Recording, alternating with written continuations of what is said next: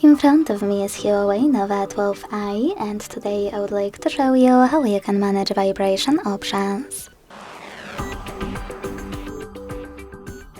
Begin by launching Settings and scrolling down to access Sound and Vibration. Then you can tap on Vibration right away, and this way mute your device completely, leaving only haptic feedback. If you want to, you can also scroll down,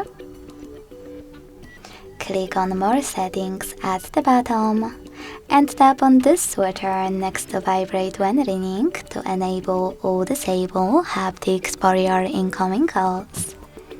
Then you can tap on this switcher next to System Haptics to turn on or off vibration for key system events and interactions.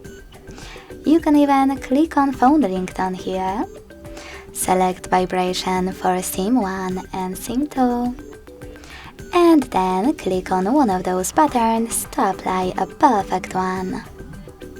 You can also select None to disable vibrations completely.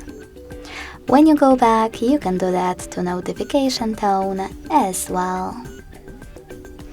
Thanks so much for watching. If you enjoyed this video, leave a like, comment and subscribe. Bye!